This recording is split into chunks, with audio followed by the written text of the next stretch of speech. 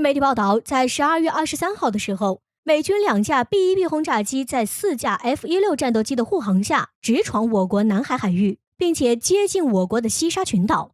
而这次我国也一改往日作风，2架歼 1-1B 从永庆岛起飞，对美军轰炸机进行拦截，并将其驱离。恰好就在前一天，美军驱逐舰麦凯恩号闯入我国南沙海域附近，我军也及时出动了一艘054A 型护卫舰进行监视，并将其驱离出去。连续2天面临美军的侵扰，我军果断出击，也让人直呼痛快。为啥呢？因为平时的新闻中，我们可以经常看到美军机与军舰闯入我国海域，却不多见我军派出军事单位进行主动驱离。回忆一下，就拿今年来说，美军军机抵近我国的频率确实很高，甚至经常离我国陆地仅几十公里的距离，很明显就是抱着试探底线来的。不过更多的时候，我们都是在事后公布美军军机的飞行轨迹，并予以警告。不过这种说法对美国人显然是不痛不痒的。关于这一点，我国的著名军事专家局座张召忠就说得很好。在此前美军机频繁侵扰我国海域的时候，就有网友提问，可以把美军机搞下来吗？而张召忠在回复时表示，80年代之前，只要敢侵犯我们的领空，就先打下来再说。后来我们慢慢变得客气了，美国的胆子也越来越大，超过12海里的领海领空需要战机拦截警告驱离。不得不说，张召忠说的太对了，你若客气，美军胆子就大。的确，当年我军虽然武装装备并不先进，但却击落过不少美军军机，也告诉了美军人究竟什么是底线。虽然说现在我军的实力也仅让美军不敢再踏入12海里范围，但其在外围的侵扰同样不能忽视。毕竟美军不仅是在挑衅，更是在搜集我国边界的情报，危害国防安全，我们必须要做出反应。这方面我们还真的可以向不久前一同联合空中巡逻的俄罗斯取经。当初苏联就苏27战机的尾翼硬生生地切下前来侵扰的北约 P3B 侦察机上的一块机翼，造就了举世震惊的巴伦支海空中手术刀事件。而且咱们的歼1-1战机也是当年我国从俄罗斯引进苏27之后，在此基础上升级而来，我们也是可以给他国军机来个空中手术刀的。当然，考虑到飞行员的安全，我们其实还有更加合适的手段。除了军机正常驱离，像我们的激光致盲武器以及电磁干扰设备，都可以让前来窥探的美军吃点亏。而这一次，解放军通过出动歼 1-1B 战机驱离美军机，也相当于告诉美国人，之前咱们是客气的，但你们一点记性都不长。那么按照中国人的传统，就只能先礼后兵了。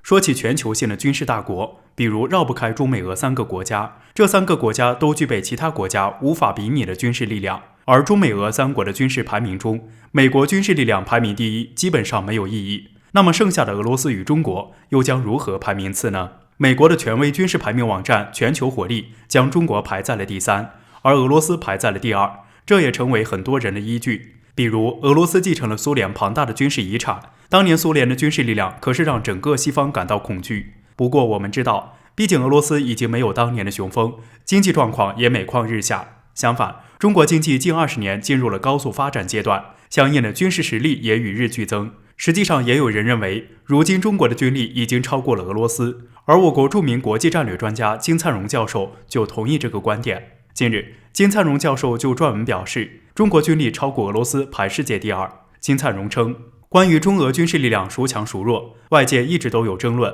不过他认为，中国的军事实力到如今已经超过了俄罗斯。虽然他与很多军事专家讨论过这个问题，并且大部分人都不同意他的观点，不过金教授还是坚持自己的看法，认为中国军力已经排到全球第2了。对比中俄的军力，很多认为中国没有超过俄罗斯的观点，都是认为俄罗斯拥有庞大的核武库，这点甚至超过了美国，而中国的核武库与之相比就显得不足了。当今世界上，核武器才是更可怕的武器，而俄罗斯拥有的战略轰炸机与战略核潜艇能将核武器投放到美国本土，就其核武器实力而言，俄罗斯要更厉害，所以俄罗斯军力要强于中国。不过金灿荣表示，有核国家动用核武器属于互相毁灭，对于核大国而言，通过互相制衡，基本上不会将核武器用作为战争手段，非得互相摧毁的话，拥有足够数量的核弹头就够了，核弹头再多也体现不出价值。我国的核弹头数量虽不比美俄，但也是足够形成威慑力。抛开核武器来对比常规武器的话，那么中国的常规武器胜过俄罗斯恐怕基本上没有意义。我国不仅拥有2艘航母，各类舰艇在总体的数量和质量上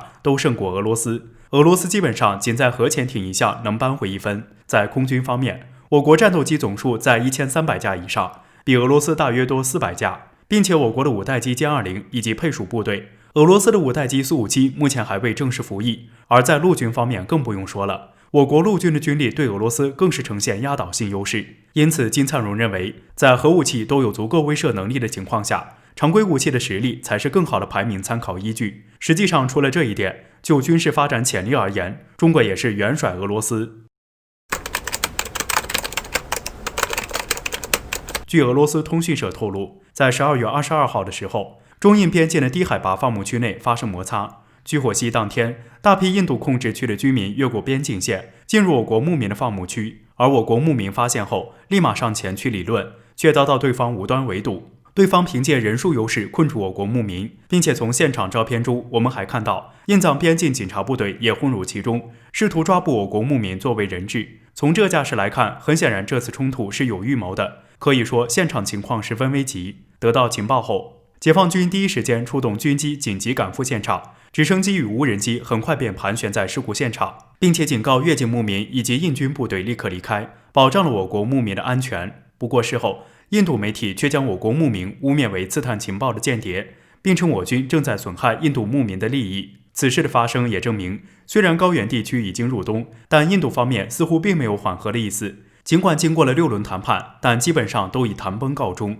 而关注最近的消息的话，我们会发现印军在后勤不利的情况下，依旧在向边境增兵。到底是什么原因使得印度军方不得不摆出这样强硬的姿态？是真的想打仗？当然，说印度军队想打仗是不可能的，毕竟实力摆在那。不过印度军队打中国的胆子没有，但是借着打中国的名义转移国内矛盾的胆子可有，而且很大。实际上，印度越是做出危险的举动，也就越能说明印度内部的混乱。我们都知道，从今年6月份爆发加勒万河谷事件起，印军方面试图让局势升级的根本目的，就是为了转移国内矛盾。那个时候，印度国内的疫情已呈现出一发不可收拾的局势，而半年多过去了，印度国内的形势反而更加恶化，疫情依旧在印度肆虐。印度的确诊人数已经是全球第2，仅次于美国。考虑到印度的人口基础以及医疗条件，今后还有更进一步的上升空间。而印度官方不仅没有控制住疫情，也没能止住经济下滑。不仅如此，不久前大批印度农民涌入新德里，抗议粮食新政策损坏了农民的利益。于是我们就能看到，印度官方似乎并不怎么关心国内情况如何，